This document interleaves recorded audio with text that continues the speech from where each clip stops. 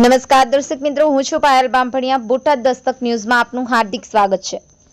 બોટાદ જિલ્લાના ગઢડા તાલુકાના જનડા ગામે ગામનું સંયુક્ત મુક્તિધામ આવેલું છે, જેમાં જનડા ગ્રામજનો, ગ્રામ પંચાયત તેમજ જનડા પ્રાથમિક શાળાના નાના નાના બાળકો તથા શિક્ષકો દ્વારા ખૂબ જ પ્રેમથી તારીખ 24/7/2024ના રોજ પર્યાવરણ સંરક્ષણ અંતર્ગત 1500 વૃક્ષોનું વાવેતર કરવામાં આવ્યું હતું। આ વૃક્ષારોપણમાં ગામના ઉત્સાહિત લોકો, ગ્રામ પંચાયત તેમજ જનડા પ્રાથમિક શાળાના શિક્ષકો તેમજ વિદ્યાર્થીઓ ઉત્સાહભેર ભાગ લીધો હતો।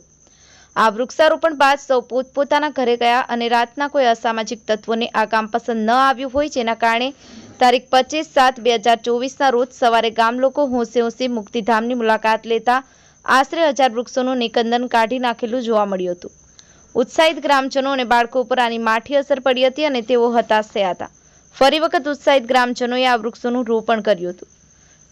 બોટાદ દસ્તક ન્યૂઝ, બોટાદ।